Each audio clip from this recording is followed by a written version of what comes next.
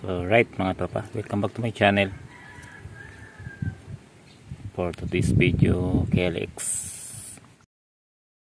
cam naman tayo. So tropa ni Kabisyo. Hindi ko lang sigurado kung yun yung nickname niya. Anyway, kay tropang client, maraming salamat sa pagtiwala, no. So as you can see mga tropa, ayun, may amats na, pero ayos lang yan, kaya pa naman yan. Mukhang hindi naman na maarte or masilan si client. So gagawin natin dito mga tropa, gagawin nating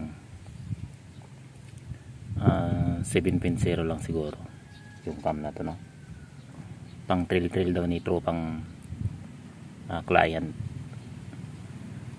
So start na tayo mga tropa sa paggagawa ng KLX cam.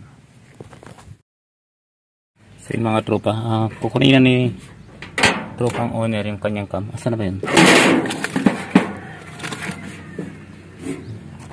Nandito pala mga tropa, langis tayo.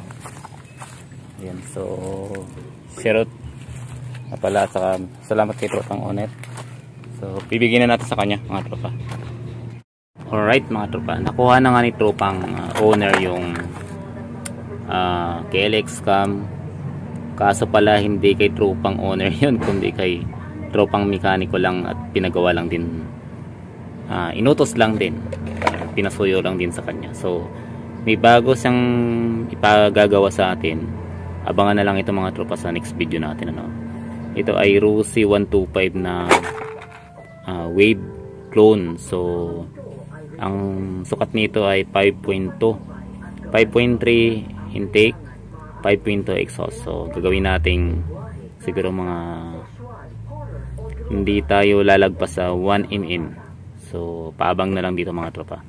And once again kay tropang Lim, maraming salamat sa iyo tropa.